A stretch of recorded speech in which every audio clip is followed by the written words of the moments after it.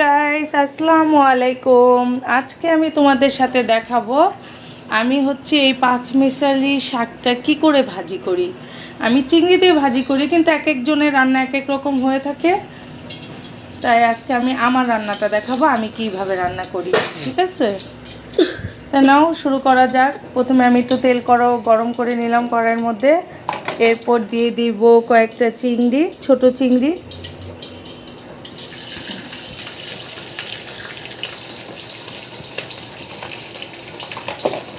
আর একটু দিয়ে দিই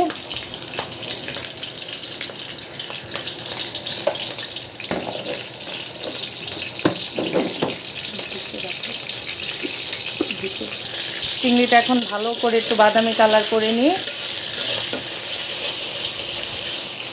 তোমরা দেখতে পাচ্ছ চিংড়িটা বাদামি কালার হয়ে গেছে। এখন আমি দিয়ে দিব এই যে রসুন কুচিগুলো। রসুন কুচি দিয়ে আর একটু বাদামি কালার করব। এর মধ্যে দিয়ে দিব 2টা কাঁচামরিচ চিড়ে দিয়ে দিব।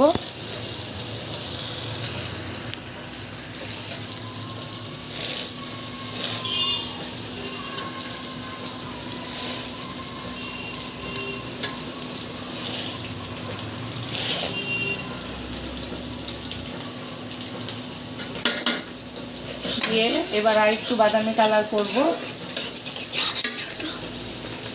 শাকের জন্য করা হচ্ছে। পেঁয়াজ এখন দিয়ে দিব পেঁয়াজ কুচি কতটুকুন।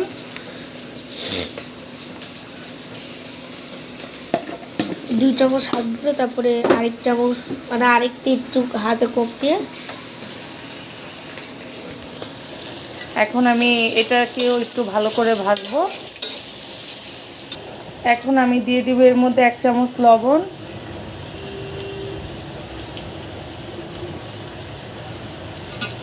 দিয়ে আরেকটু করে লাল করে ভাজবো। এখন আমি দিয়ে দিব এর মধ্যে আদা রসুন বাটা 1 চামচ আদা রসুন বাটা দিয়ে দিচ্ছি। দিয়ে আর একটু নাড়াচাড়া করব।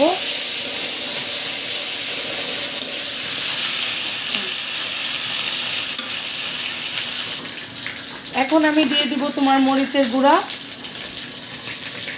সামান্য একটু মরিচের গুঁড়া, একটু পানি। এখন দিয়ে দিব একটু হলুদের গুঁড়া, দেখতে পাচ্ছ হলুদের গুঁড়া। এটাকে সাথে দিয়ে দিব একটু ধনিয়া গুঁড়া, খুবই সামান্য। তাই সেটা কিন্তু অনেক মজা।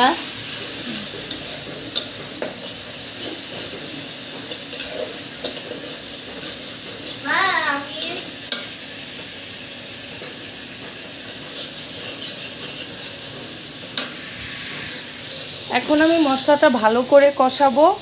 অল্প অল্প পানি দিয়ে 2-1 বার কষায় নিব। একবার কষালাম, আরেকবার একটু কষাবো।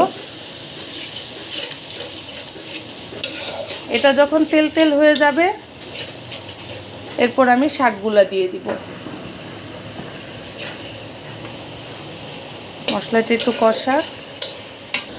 এবার আমি শাকগুলো আস্তে আস্তে করে দিয়ে দিব। শাকে আমি বেশি পানি দিব না, শাকের থেকেই পানি আসবে। তোমরা সবাই জানো শাক রান্না করলে শাকের থেকেই অনেক পানি চলে আসে। আর আরেকটা বলি, এই শাকটা মতলবে আমি যেখানে থাকি এখানে তেমন বেশি ভালো শাক টাক পাওয়া যায় না, কিন্তু এটা আরেকটা গ্রাম থেকে আমাদের জন্য নিয়ে আসছে। এখন আমি শাকটাকে ভালো করে একটু নাড়াচাড়া করব, করে ঢাকা দিয়ে দিব। এরপর তোমাদের সাথে দেখাচ্ছি ঢাকা খোলার পরের অবস্থা। দেখো আমাদের শাকটার কি অবস্থা হলো। এখন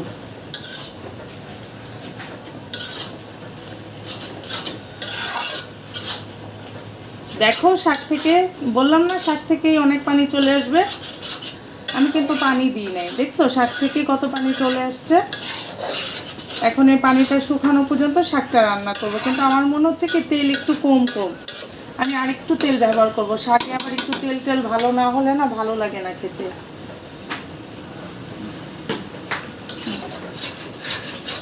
আমি একটু তেল দিয়ে দিলাম। এখন শাকটা নিজে নিজে হোক, যখন একদম পানিটা শুকিয়ে যাবে শাকটা কাটার হোক, আমি তোমাদের সাথে শেয়ার করছি। এরকম করে করে খেয়ে দেখো, খুব মজা হয়। দেখো কতগুলো পানি শুকায় যাবে, এখনই শুকায় যাবে। একটু শুকায় গেলে নামিয়ে দিব শাকটা।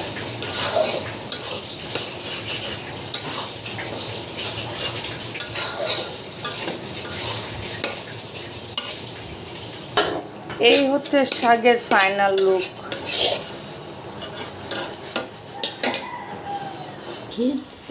এই দেখো তোমরা আমার শাকের ফাইনাল লুক।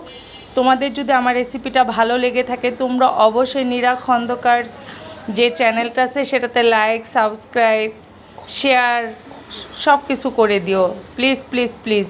তো আজকে এই পর্যন্তই, বাই বাই, আল্লাহ হাফেজ।